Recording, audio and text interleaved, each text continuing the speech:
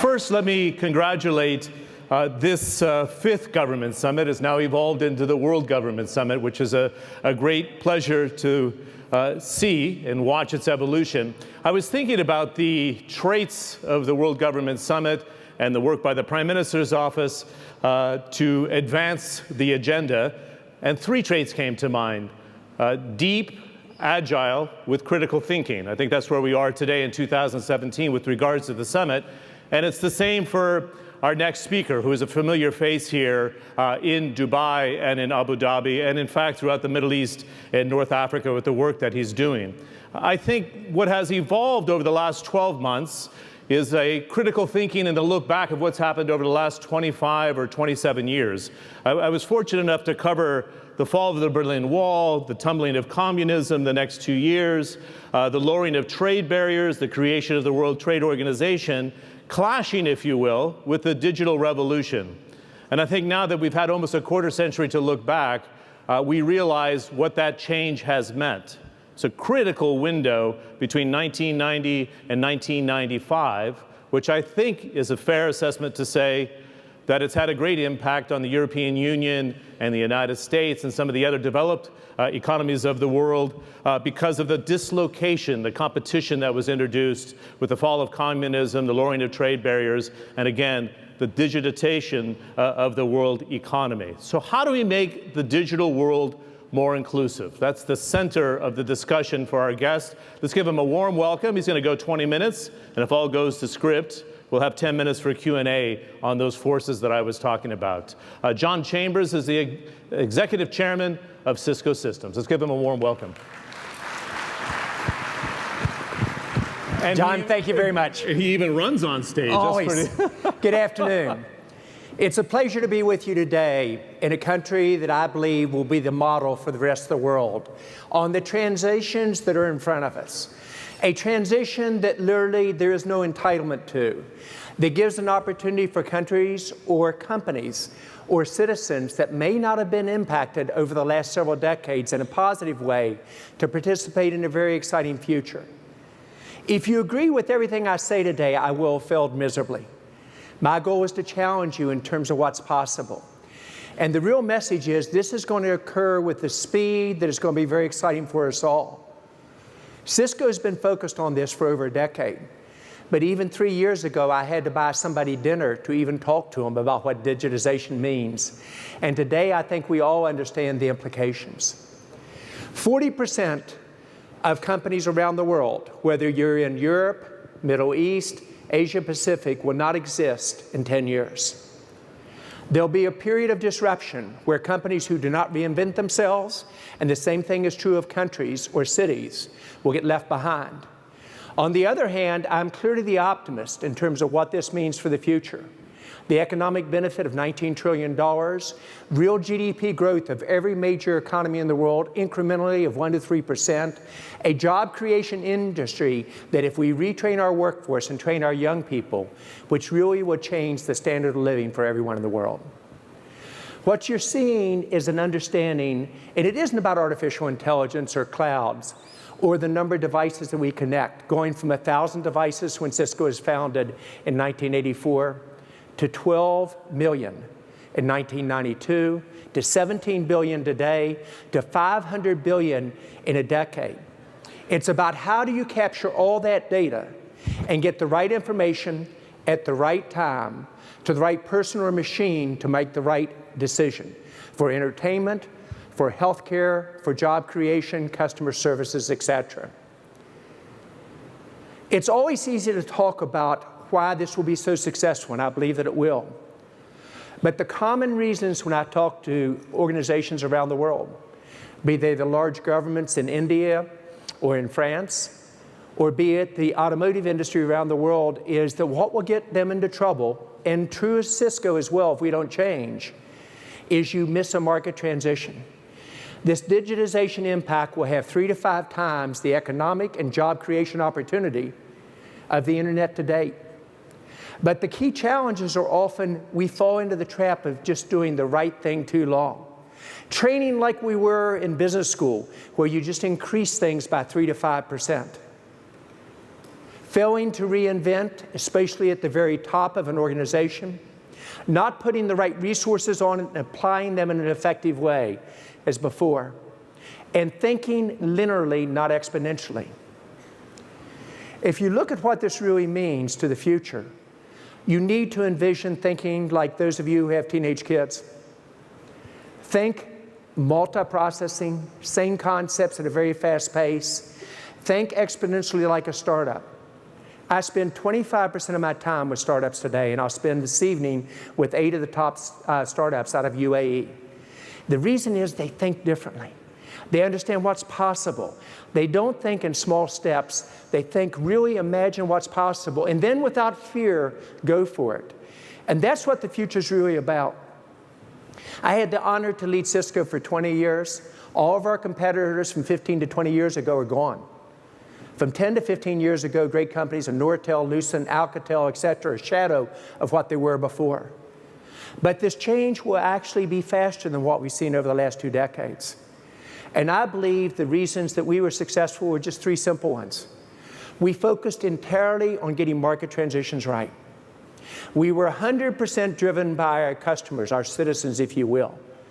And we combined products not for technology's sake, but to accomplish business outcomes and architectures. Innovation process, and this is one of the many things that I like about what's occurring in the UAE, and you see it in other countries around the world. You see a replicatable process. We've acquired 180 companies under my reign. At Cisco, Chuck's acquired another 17. We are the model for how to do this in our industry, but we think out of box to where we can decide to acquire a company on a Thursday night that we know nothing about for $3.2 billion, and we get it through both board of directors in 2 days and announce on a Monday. The ability to have that replicatable process in terms of as you do, whether it's job creation, whether it's innovation, whether it's the smart cities, is so important to the future. And the ability to have the courage to make changes. I was honored to be part of the first internet era, where Cisco literally is the backbone that connects 90% of the internet even today. But I was invited to be the guest speaker at the White House with President Clinton, Vice President Gore. I'd been in the job for like 1 year. I was scared to death. And we were talking about the information era. But what President Clinton got that many people did not understand is the effect it would have on the economy. 34% growth in the next 8 years. Job creation, 22.5 million jobs. Real per capita average household income increase of 24%. And he put it in business terms.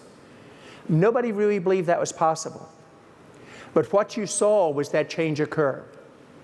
When you talk today with people like Prime Minister Modi, where we are aligning with him across the board in terms of a digital India, he has to create 1.2 million jobs a month to stay ahead of the employment opportunities. And rather than viewing this as a negative and a challenge, he believes he can truly grow the per capita income of the people in India and double it at a minimum every 10 years, and every 6 to 7 years is very much within his grasp. And he will do this across his major states and put them into competition. But he will also basically do this for entitlement of every person of the 1.3 billion people in his country. Why am I so excited about that? Because if it can be done with 1.3 billion people with a great leader, and if it can be done here in UAE with a great leader, then you begin to see your role models that can truly transform society and make a difference. How many of you think France is a great place to do business? If you were starting a new company or about to invest, would you invest in France? Every leader in the world would say that would be the last country. Yet 2.5 years ago, they made a fundamental change. They decided they were going to be a great place to do business, a great place for startups. They were going to transform their country. In the last year, France was the #1 country for startups in terms of venture capital investment in Europe. The point that I'm making is the opportunities are almost unlimited as you begin to combine this information in ways that will extend our average life of each one of us in this room by 5 to 10 years. That gives our children a chance to achieve things that we never would have had the chance to before. But it also means you have to change, and you have to think about how you do things differently. 95% of the companies in the world their CEOs believe they've got to have a digital plan. But only 25% of them believe they have a digital plan that's going to work. And so what you're seeing is the chance for leadership to take off and redifferentiate, a chance to really make a difference. The economic benefit of an incremental 1 to 3 points of GDP growth, and Prime Minister Modi believes it will be 2 to 4% incremental, the opportunities to leapfrog other countries, the opportunities, and I'm the optimist in the Middle East. I do not think there's been a better chance for peace in the Middle East than there is right now. Because of the opportunities to have role models like UAE, or the changes that are taken in the Kingdom of Saudi Arabia, or in Qatar, or in Jordan, where you suddenly are able to say, by creation of new jobs, new startups, innovation, there can be role models where this part of the world should lead in the next decade or two. And I believe that the opportunity is very much there to do so. But it takes courage. Your leader in the UAE, they clearly understand the economic impact. You understand the GDP, but it's incrementally, conservatively, $12.5 billion over the next 3 years. The ability to transform businesses where the UAE becomes a startup capital of the Middle East and then a role model for the rest of the Middle East and for the world. The ability to realize that the challenges to becoming digital are first cultural. The most successful are the slowest to change. It starts with the leader being willing to reinvent themselves. It starts with taking the right resources and applying those, whether you're in the military side of the house, the private sector, or the government, to making this transformation rather than being focused on the short term, doing the things we've done in the past. And it requires the courage to fail. Because when you take the risk, Cisco's acquired, as I said, 187 companies, knowing that 1 out of 3 would fail. And as we teach our children, you're more a product of your mistakes made than your successes. But you have to have a culture that embraces that and is willing to have the courage to change. When you look around the world and you see that myself and other leaders talk about the future of technology, you notice I don't talk about routers and switches, although I love those, or artificial intelligence, or the Internet of Things, or robotics, or digitization, or drones. I talk about the economic results to a country, to the citizens of the country, to the businesses, to the startup, and to the young people. And if you were to use an example of India, think about the numbers I shared with you earlier. I've met every government leader in the world, almost without exception, multiple times. Prime Minister Modi might have the best vision in the world of what's possible. A realization of economic growth of high single digits, maybe even low double digits. A realization to achieve that, he puts Rajasthan, a state with 70 million people, in competition with Gujarat, in competition with Andhra Pradesh. And each of those states actually believes with 40 to 70 million people, they can grow their GDP in double digits and double their per capita income every 6, 7, or 8 years. And they bring that across the state with risk-taking, and they literally balance what is possible as a country. They know that security must develop all this. Security can't be an afterthought. It has to be integrally tied, because you can literally not only turn off the lights of a country, you can shut down the healthcare system, the businesses, etc. So you have to tie security across it. And what you see in India, where we formed a very, very tight relationship with Prime Minister Modi. I have the opportunity to meet with him 4 to 5 times a year. When he came to the US, I spent about 8 hours with him the day before. He outlines a vision that he owns and then motivates his teams to execute off of that vision, with an ecosystem that is a win-win for his country, but also a model that, very frankly, if India can do it with 1.3 billion people, tell me why the US is the only country in the world that does not have a digital plan. And you begin to see the economic results. You can see when leadership leads by example. France, as I alluded to earlier, the scorecard, when I go through with President Hollande how we're doing in France, is very, very tight. It is purely about incremental GDP growth. It is creating with their business community an organization called MEDEF, much like the Chamber of Commerce, but much more powerful. 1 million jobs in the next 3 years. It is re-educating 225,000 French men and women where the jobs of the future will be in partnership with the education system in France. And the courage to pilot rethinking how they do K through 12 education, where we begin to get young people and gender-neutral approach to diversity, excited about business and technology. And it's important kids know how to program, but it's more important they know how to use their smartphone to get access to any application which helps them in their entertainment or do their lives better. The courage to create a new systems of startups and put the financial resources behind it. And the ability to think out of the box for the future. That is what I see in the UAE. I see the opportunity, if you look at your plans and your vision for 2021, what is really possible. I look at the opportunities for how this government can transform. I believe, however, no government in the world can do it by themselves. I believe there has to be partnerships and a courage to really change the world together. I'm in the Middle East, perhaps for a dream that some people consider impossible. It's economically important to me, but it's a relatively small part of our $50 billion of business a year.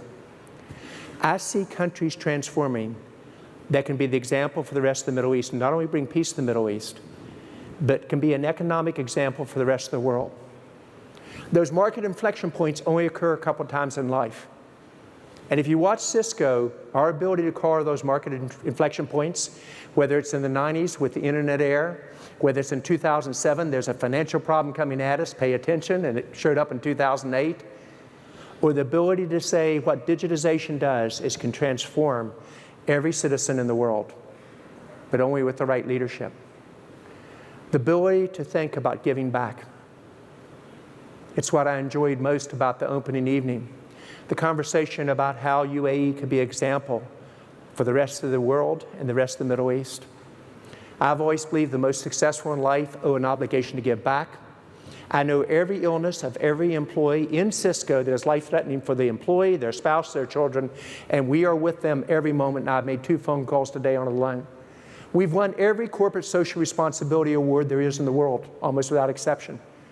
And interestingly enough, wherever we're #1 in giving back in corporate social responsibility, we're #1 in market share. It's good for business, and it's the right thing to do. So when you outline 2017 for UAE being the year of giving back, it's something that I not only agree with, I think it can change the Middle East. I believe there's an inflection point in front of us that can really make a difference. And the reason I'm spending so much time with the startups is very candidly, that's where all job creation will occur. Large companies around the world over the next decade will shed jobs, without exception.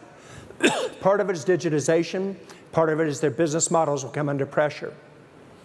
If you do not create an environment where the young people in your region have an economic future, if you don't create an environment that has a startup mentality dramatically different than we've seen in the past, and thinking like kids in terms of exponential, you won't be able to do the job employment that is needed for the future.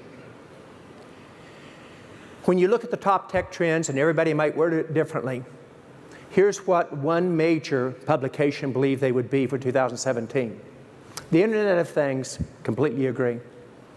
Huge impact as you move to 500 billion devices connected. But the connectivity isn't the important thing. It's getting that right information at the right time to change people's lives, their employment, or their health.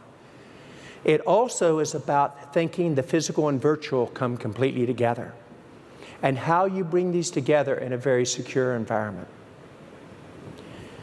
When many people talk about it, they talk about technology. And I love technology, make no mistake about it.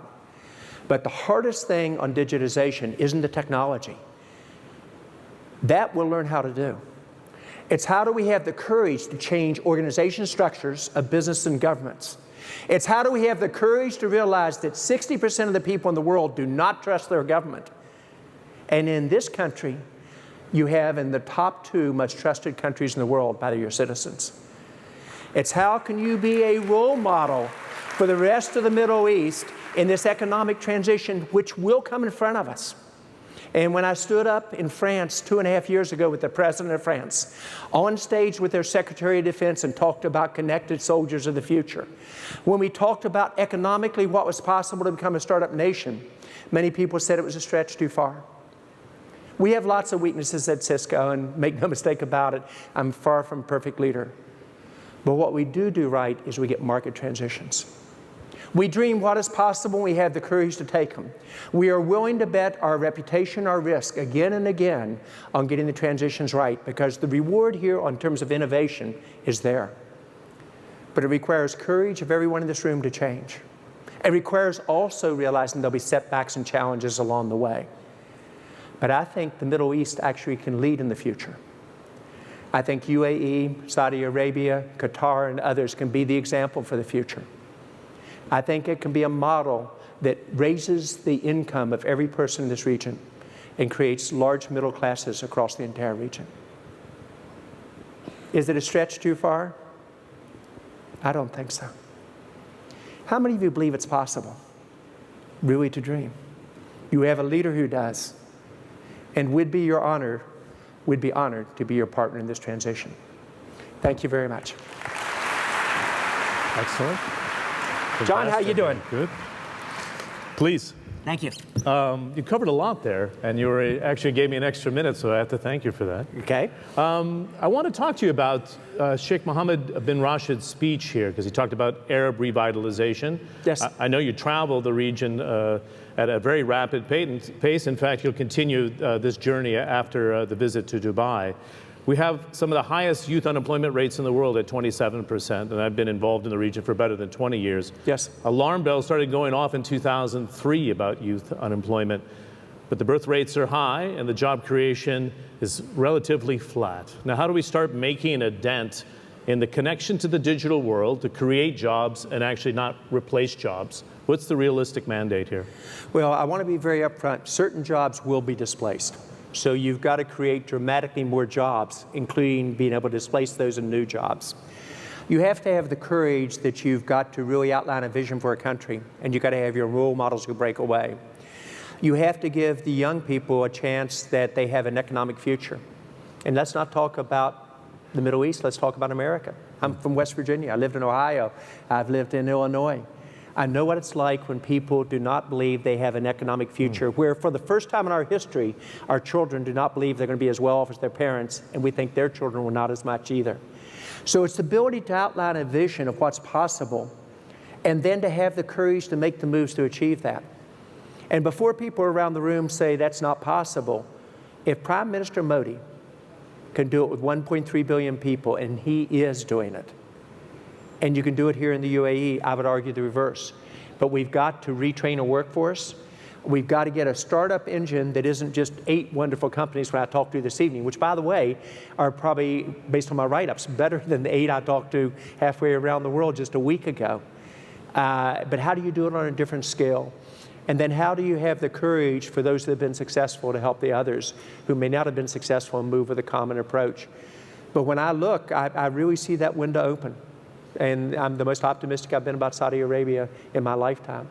I'm the most optimistic about what could happen in Egypt, what could happen in Jordan with King Abdullah, or in Qatar with the leadership. So I think you do see a region that is not only potential to change, but I think can return to its prior leadership. And that's why the leader here in his opening nights really inspired me about it isn't about catching up, it's about leapfrogging for the future. But you have to create the startups, you have to create a small business engine, you have to use Expo 2020 to really leverage the innovation engine for this country, much like Britain did under Cameron for the Olympics, and much like China did in terms of their Expo about 8 years ago in terms of a new citizenry in China in different cities. Good. One thing that stood out from your presentation amongst the digital talk is that you think that peace in the Middle East is possible. Oh, I absolutely do. Okay, let's connect that to economic opportunity and why you think there's a political opportunity at this juncture. You say opportunity emerges from almost crisis at different times. Why, John? Well, it does. I think very often when people talk about motivation, it's easier to get motivated when there's a severe challenge in front of us. And you'd actually wish it was the other way. You'd like to see people take the risk when there isn't a crisis coming. But I think there's an opportunity here that is tremendously exciting. It's not out of the realm to say not only could we reduce that unemployment to single digits, that you could look at the citizens in this region and begin to think about how they double their income at least every 10 years. It's an opportunity to say, now that you have a market transition, and this couldn't have been done 4 or 5 years ago, let me be very candid. 4 or 5 years ago, you were not where the power of digitization could really have the economic benefit that it does today. So you have to catch this market transition right. And it's one that you either disrupt or you will be disrupted, and the leadership can occur. But that's why I'm optimistic here. It's also what I hear from the government and the citizens. And when you talk, you can sense that. And you look at Dubai, I mean, you walk down the streets, you know, it's a place that if I just listen to the conversation, I think I'm in the middle of Silicon Valley or London. It's a wonderful, wonderful country. Yeah, I noticed that Sheikh Mohammed, though, he said, here is the model we have. We're willing to export it, but he doesn't want to imprint it on other people. How do we make sure the larger economies of the region, I know even in Jordan, which is not a large population, but in Egypt, it's a huge challenge, not as big a challenge as it is in India. Yes. How do you turn the tables here to make it work? Well, I think we'll talk later today, so I haven't had a chance to share the views on this, but I would anticipate that if you take a plan and you give it to somebody else, it's not their plan, their ownership. So when I talk about digitizing a country with each of the leaders that I talked about, and I've talked to all of them in the world, whether it's Abiy in Japan or other Merkel in Germany, it's about being their plan for their country. You can't impose your views on others. You outline what's possible and you point to roles that have worked, you share best practices, and you let each country prioritize those listings in terms of what is most appropriate. I didn't think that Modi would make manufacturing his #1 priority, but the minute he did, I did. And we were his partner in Make in India. And security has become a key element. It sounds like a simple concept, but it makes a lot of sense. Well, that's where I think in the opening comments, the leader here nailed it. You've got to have role models, but then you've got to have each country's leadership buy into it. And then they've got to empower the groups and point operational leaders to own it and have the courage to fail along the way. But I think if you capture the imagination of the citizens and say, here's what's possible, regardless of your form of politics, then I think you can change a region and the world. Good. I want to bring up the French example. I've had a chance. It was shocking, wasn't it? Yeah, it is. When I originally heard it, that my friends in France said, John, we're really changing. It's a great place to do business. We want you to come over. And I said, great place for tourism, great place to visit. For business, unlikely. And I was shocked. It was the startup community and enlightened government leaders who got it. Well, you're absolutely right. But again, we have this disconnect on the threat of nationalism and populism and Marie Le Pen, knocking on the door to go into Elysee Palace. I mean, where is the disconnect in society? If you say the SME culture has taken off, and it has. Yes. There's a really talented group of business leaders rising. The education system is fantastic. But then you hit the brake. What's the problem? Well, I'm not so sure that France is going to hit the brake. And you've got to remember, it was just 2.5 years ago when they made these changes. And only this last year did they lead in startups. And startups, from the time they start till they really get the employment going, is a 3 to 5 year process. And so if you watch and you talk to Macron, who is one of the other candidates for president, and I would not count him out, right. You're seeing a understanding of changing. So I actually think regardless of which of the 4 frontrunners wins, you will see a digital France in the future. And I've talked to each of the political parties and each of the mayors, whether it's in Nice or whether it's in Paris. Regardless of their form of government, they're beginning to realize, or their party, this is something for their future, and their young people have got it. I had the chance after the Air France challenge where the workers tore off the shirts off of management, and the national radio called and said, John, we want to talk to you about what you're going to announce tomorrow. And I tried to pass. They said, we're going to announce it for you unless you came on. And I did. But what we outlined and why I believe so strongly in this country is the courage to change. And I said, you can say France's future is what you saw with the incident, or France's future is about a digital France inclusive of all and a willingness to change. And much like I did here today with the economic minister, Macron, in front of about 400 press, I asked how many of you in France believe that you can really make it happen? Because the press can place such a view on getting people to understand it. And I would have been ecstatic, John, if 10% of the room raised their hand. How much do you think raised their hand? Probably 0. 80% of the 80 press did. Okay, I'm glad to hear that. So I think this is one that I think we underestimate sometimes, that our citizens get it. And it's a chance to really lead or get left behind.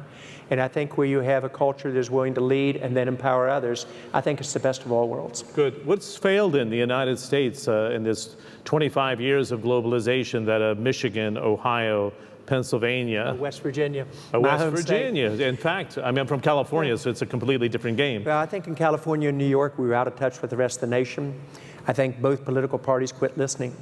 If you watch what Sheikh Mohammed does here, he literally, your leader, takes phone calls from anyone. Sure. Well, He the listens all Majlis the system time. also, the doors and open. so both parties let it down, and that's where you have, if you don't see an economic future, then you're willing to take risks that others do not. But the other sorry, thing, John, because we only have a minute. Is that a training failure? Is that an education failure, no, literally I think in it's rural a America? failure of leadership. Huh. It's a failure of leadership to outline a vision for our country that really is inclusive of all the citizens. And just keep doing the right thing a little bit better. And both political parties saying that they would solve this again and again, election after election. So I think when that happens, that's where you see somebody from the outside come in and say, the citizens are saying, I'm willing to take a risk. So I actually view it as a healthy phenomenon, that if government doesn't listen, then the citizens say, I want to change. But I don't think there's a better example than UAE about the government listening here and being so trusted. And I think we have to get that back in America. But it starts at the top with a leader who buys into it. She or he then appoints the right team to make it happen. They have the courage to set audacious, aggressive goals and then drive those goals through, knowing that there's going to be failures along the way and courage along the way. But it's an opportunity that exists only once in a lifetime for a leader. I hope our leader in the U.S. reaches out and grabs that. Great. It's always a pleasure. John, nice it's a pleasure round of applause also. for John Chambers, the Executive Chairman of CISCO Systems. Thank you very much.